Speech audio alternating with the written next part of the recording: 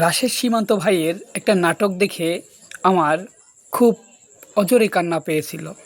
নাটকটি হলো, দেখুন, আপনারাও দেখুন, বেশ মন ছুঁয়ে যাবে আপনাদের।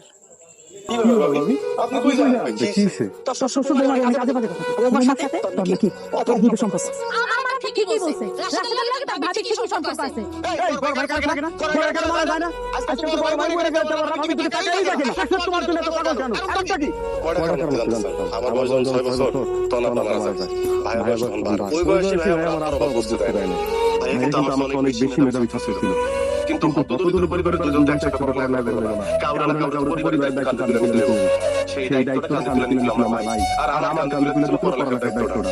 তো ভাই তুই ছোট বয়সে মানুষ খেতে খামারে কাজ করে করলো, আর আমি ফুল বন্ধ হয়ে স্কুলে যাই। যখন আমার মেট্রিক পরীক্ষার সময় হলো, তখন ভাই ভীষণ অনুশোচিত হলাম। ঘরে ঠিক মতো ভাত নাই, আমার ফর্ম ফিলাপের টাকা কোথায় থেকে? পরের দিন ভাই আমার ফর্ম ফিলাপের টাকা তুলে দিল, তো সন্ধান না উঠি আমি টের পেলাম ভাইয়ের খুব শখের শখ থাকতে আমি ভাইয়া লাগতে দেখে করে দিলা আলু পাইবা তুই। আরে তুই 10 টাকা আলু নিয়ে আসুন খরচ।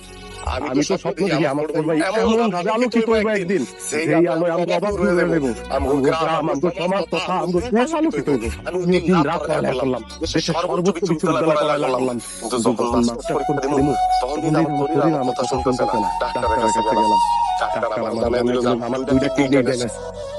আমি বাইরে গেলাম, ভাই আমার কাছে সত্যি হয়ে গেল। ভাই আমার সব করে দিল। সেই কথা তুমি আর আলু করতে পারবি না।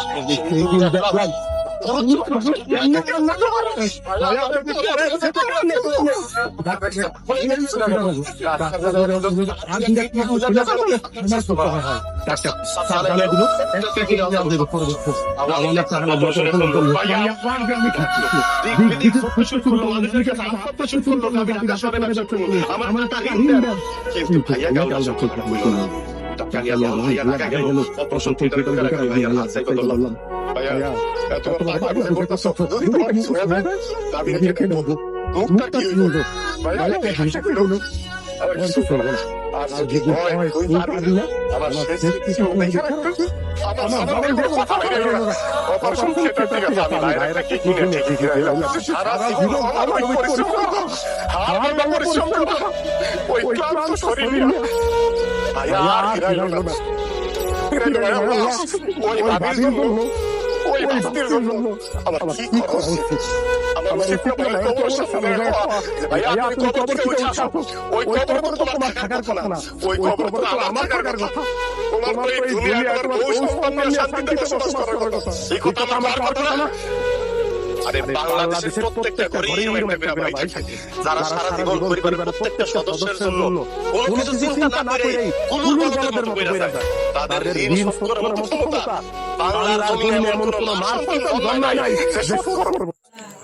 তো নাটকটি কেমন লাগলো অবশ্যই সবাই জানাবেন।